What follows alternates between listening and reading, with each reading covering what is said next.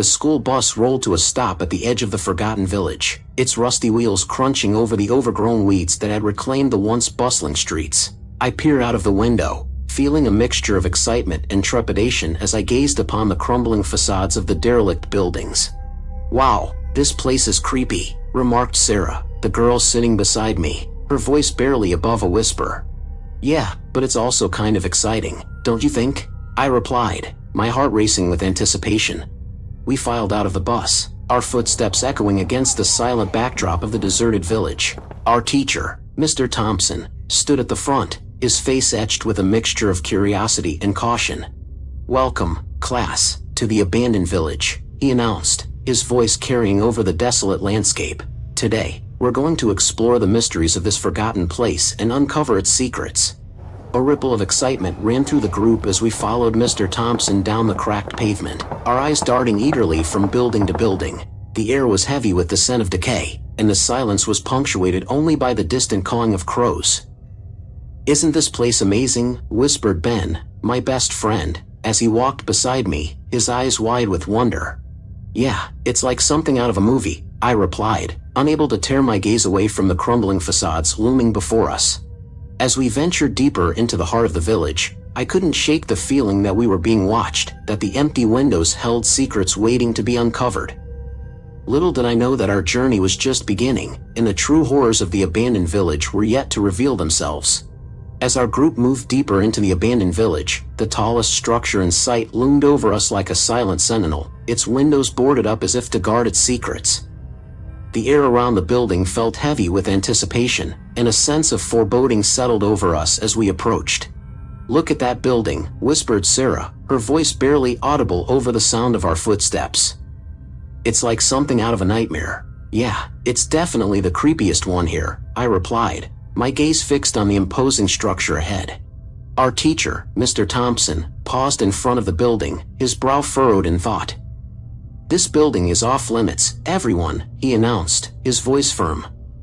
"It's too dangerous to enter, and I don't want anyone getting hurt." But despite his warning, Ben and I exchanged a knowing glance, our curiosity outweighing our fear. As Mr. Thompson led the rest of the group away, we slipped away unnoticed, our footsteps muffled by the overgrown weeds that choked the path. "Definitely," replied Ben, his eyes shining with anticipation. "Who knows what we might find inside?" With a sense of trepidation and excitement mingling in our hearts, we approached the boarded-up entrance of the forbidden building, our hands trembling as we pried loose a loose board and slipped inside. Little did we know that our decision would lead us down a path of darkness and terror, from which there would be no turning back. The moment Ben and I stepped through the broken entrance of the forbidden building, a chill crept up my spine, and the air grew thick with dust and decay. The dim light filtering through the boarded-up windows cast long shadows that seemed to dance menacingly along the walls.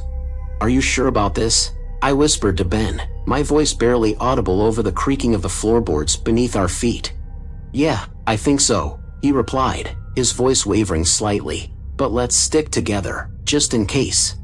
With that, we ventured further into the darkness, the beam of our flashlight cutting through the gloom like a knife. The air was musty and thick with the scent of decay, and every step echoed ominously in the silence. As we explored the labyrinthine corridors of the abandoned building, our hearts pounded in our chests, and a sense of unease settled over us like a heavy fog.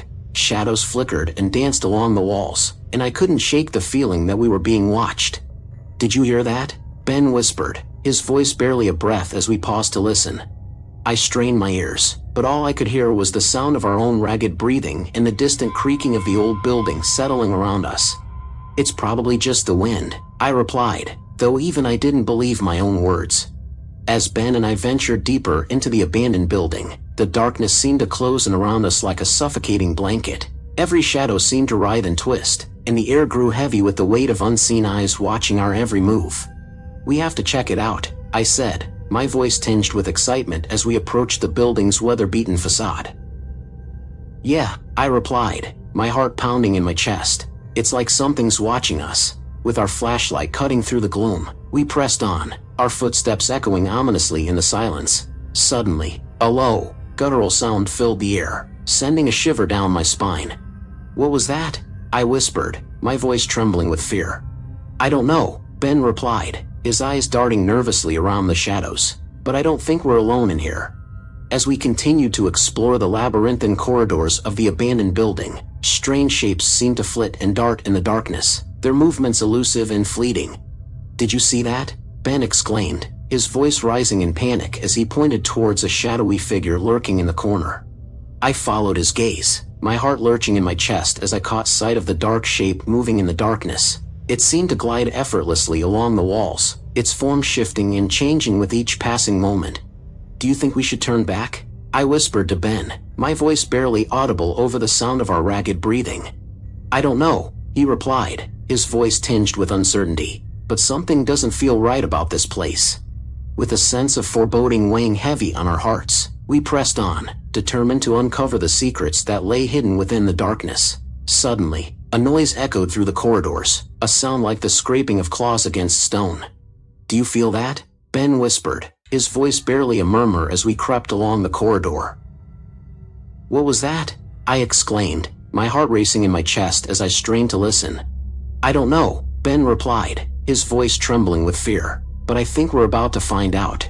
As we continued to explore the abandoned building, our flashlight cutting through the gloom like a beacon in the night, we stumbled upon a staircase leading down into the depths below.